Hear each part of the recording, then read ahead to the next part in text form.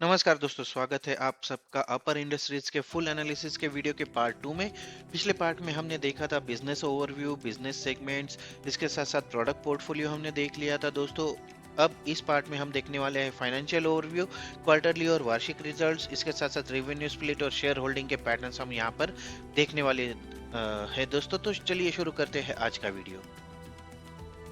चलिए आगे बढ़ते हैं। आगे बढ़ के हम फाइनेंशियल नंबर्स पर नजर डालेंगे दोस्तों। लेकिन अगर उस वहां पर जाने से पहले अगर आपको मेरे वीडियोस पसंद आ रहे हैं दोस्तों तो इन्हें लाइक जरूर कीजिए, और अगर अभी तक आपने मेरा चैनल सब्सक्राइब नहीं किया है तो इसे सब्सक्राइब जरूर कर लीजिए। साथ ही बेल का आइकॉन प्रेस करके ऑल का ऑप्शन सिलेक्ट कर लीजिए, ताकि ऐसी ही नई नई जानकारी मैं आपके साथ शेयर करता रहूं और आपकी हेल्प करता रहूं आपकी इन्वेस्टमेंट स्ट्रेटेजी डिसाइड करने में।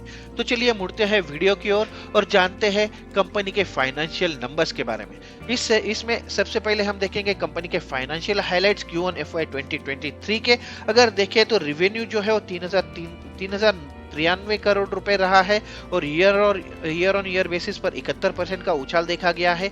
इबिडा में भी अगर देखें तो 73% के उछाल के साथ पिछले एक तिमाही में 239 करोड़ रुपए का इबिडा रहा है कंपनी का।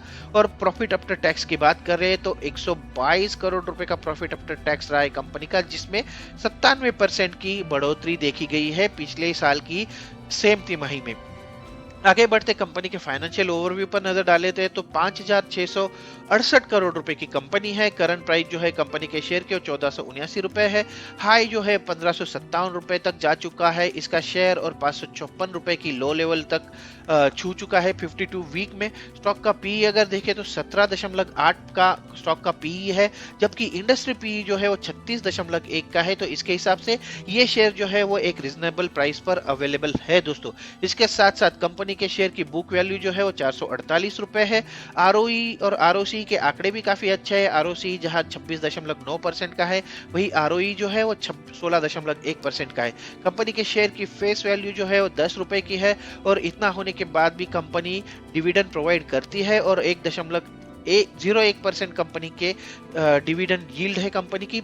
ईपीएस की बात कर ले तो 82.8 रुपए का इसका ईपीएस है, और पिछले एक साल में कंपनी का जो प्रॉफिट ग्रोथ रहा है वो 28.9% का रहा है।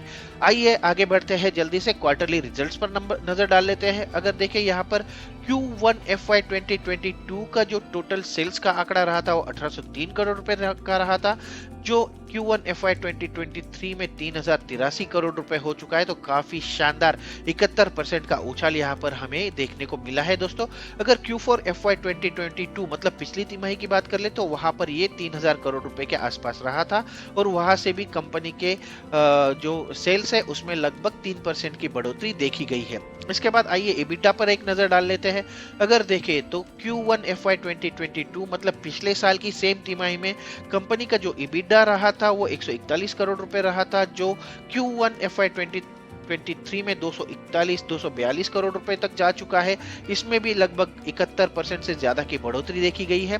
अगर देखें तो पिछली तिमाही में जहां कंपनी का इबिटा 182.5 करोड़ रुपए का रहा था, उसमें भी क्वार्टरली बेसिस पर भी कंपनी के इबिटा में 32.5% की वृद्धि यहां पर देखी गई है दोस्तों। और अगर नेट प्रॉफिट की बात कर ले तो 62.3 करोड़ रुपए रहा था कंपनी का नेट प्रॉफिट पिछले साल की सेम तिमाही में, जो अब हो चुका है 122 करोड़ रुपए। तो यहाँ पर लगभग 99% की बढ़ोतरी देखी गई है, यानी ऑलमोस्ट 2 गुना हो चुका है कंपनी का नेट प्रॉफिट।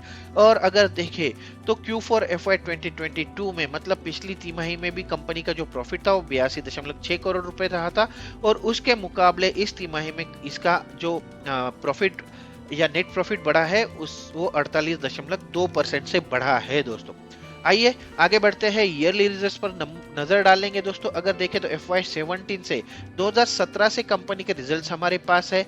अगर देखें तो कंसोलिडेटेड रिवेन्यू की बात कर ले तो 2017 में जहां 4840 करोड़ रुपए का रेवेन्यू रहा था, वही 6405 करोड़ रुपए का रेवेन्यू रहा था पिछले FY 2021 में, जहां पर कोरोना की वजह से थोड़ा बहुत प्रभावित हुआ था। FY 19 की बात कर ले तो 7971, जो कि अभी तक का इस साल से पहले इसका पीक रेवेन्यू था। और अगर देखें तो 2022 में कंपनी का रेवेन्यू है 9346 करोड़ रुपए।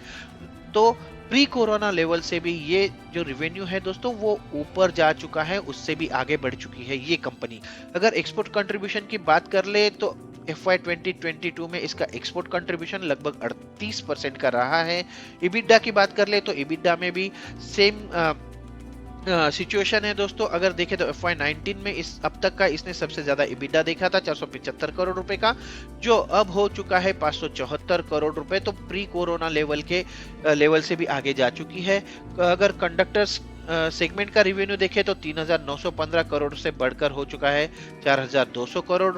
Speciality oils and lubricants revenue की बात कर ले तो 2,630 करोड़ रुपए से 3,564 करोड़ रुपए, और केबल सेगमेंट से अगर अर्न होने वाले रिवेन्यू की बात कर ले तो 1,684 करोड़ से बढ़कर ये 1,993 करोड़ रुपए रहा है।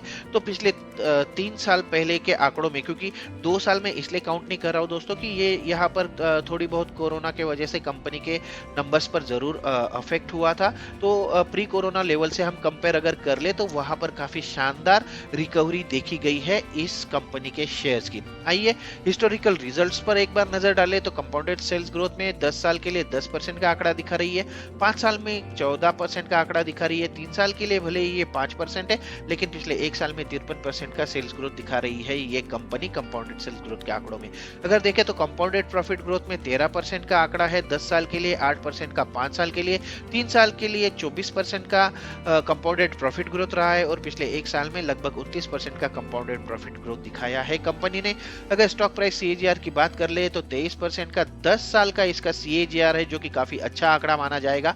5 साल में जरूर ये 14% का रह गया है अगर देखें यहाँ पर, लेकिन पिछले 3 सालों में कंपनी अच्छी तरह से रिकवर हो चुकी है और 43% का इसका स्टॉक प्राइस CAGR रहा है, और पिछले 1 साल में तो 110%, 2 गुना से भी ज्यादा हो चुका है कंपनी के स्टॉक का प्राइस। रिटर्न ऑन इक्विटी पर कंपनी एक कंसिस्टेंट परफॉर्मेंस कर रही है और एक एवरेज परफॉर्मेंस मैं इसे मानूंगा, क्योंकि 14% 10 साल के लिए, 13% 5 साल के लिए और पिछले 3 साल के लिए 14% का आंकड़ा दिखा रही है। एक साल लास्ट एक ईयर में इसका 16% का रिटर्न ऑन इक्विटी के आंकड़े हैं दोस्तों। चलिए आगे बढ़ते हैं, रिवेन्यू ब्रेकअप पर एक जल्दी से नजर डाल लेते हैं। अगर यहाँ पर देखें तो सेगमेंट मिक्स के हिसाब से Q1 FY 2023 का जो रिवेन्यू रहा है उस पर हम नजर डालेंगे। अकेले कंडक्टर सेगमेंट से जैसे मैंने पहले भी बताया कि 45% का रिवेन्यू जनरेट किया है कंपनी ने, केबल सेक्शन से कंपनी को 20% का रिवेन्यू आया है, स्पेशलिटी ऑयल से 27% का रिवेन्यू जनरेट किया है कंपनी ने, ल्यूब्रिकेंट से 7% का रिवेन्यू जनरेट कर रही है कंपनी, और अदर सेगमेंट से कंपनी का 1% का रिवेन्यू जनरेट होता है। इसके आगे चलकर बात करते हैं शेयर होल्डिंग पैटर्न्स की। अगर देखें तो यहाँ पर प्रमोटर की जो हिस्सेदारी है 60.6% की है, जो काफी तगड़ी मानी जाएगी। इसके बाद फॉरेन इन्वेस्टर्स इसमें लगभग 5.9% के हिस्सेदार है। इसके बाद डोमेस्टिक इन्वेस्टर्स काफी इंटरेस्टेड है इस कंपनी में और 17.9% के इसमें हिस्सेदारी है। कॉर्पोरेट बॉडीज जो है वो 1.6% का होल्ड रखती है, और बाकी जो पब्लिक है वो 14% की हिस्सेदारी यहाँ पर उनके पास है दोस्तों। अगर major non promoter shareholders अगर देख ले तो उसमें HDFC ट्रस्टी कंपनी लिमिटेड है जिसका 8.5% का इसमें शेयर होल्डिंग है, L&T म्यूचुअल फंड ट्रस्टी के साथ 4.3% का share holding, Nippon life India trustee इनके पास 3.4%, और रैफिसन यूरोसिन अकेटिन इनके पास लगभग 1.5% का शेयर होल्डिंग है इस कंपनी का। चलिए आगे बढ़ते हैं, एक नजर डाल लेते हैं शेयर के परफॉर्मेंस पर। अगर देखें तो अगर जुलाई 2021 की बात कर ले, जहां से हम कंपेयर करेंगे अपार के शेयर की प्राइस, उसके बाद BSE कैपिटल गुड्स की प्राइस और BSE सेंसेक्स की उछाल दोस्तों। अगर देखें तो BSE सेंसेक्स जुलाई 2021 के मुकाबले सिर्फ 1% की छलांग लगा पाया है। वहां पर BSE कैपिटल गुड्स ने काफी अच्छा परफॉर्म किया है, जो 14% का इंक्रीज दिखाया है, लेकिन अपार का जो शेयर है दोस्तों उसमें लगभग 75% की बढ़ोतरी देखी गई है जुलाई 2021 के बाद। तो इसने कंसिस्टेंटली आउट परफॉर्म किया है अपने BSE सेंसेक्स को और BSE कैपिटल गुड्स के सेगमेंट को दोस्तों। तो ये था अपर इंडस्ट्रीज फुल एनालिसिस पार्ट 2 दोस्तों, जिसमें हमने फाइनेंशियल्स के बारे में बात की है। अब आगे बढ़ते हैं और देखेंगे अगले पार्ट में हम देखने वाले हैं दोस्तों सहायक कंपनियां, ऑर्डर बुक और एक्सपोर्ट, कैपेक्स और भविष्य की योजनाएं। इसके साथ साथ पॉजिटिव और नेगेटिव पॉइंट्स पर नजर डालेंगे और कंपनी के शेयर की टारगेट प्राइस कहां पर सेट हो रही है इसके बारे में हम बात करेंगे दोस्तों। तो मिलते हैं अगले वीडियो में जल्दी ही।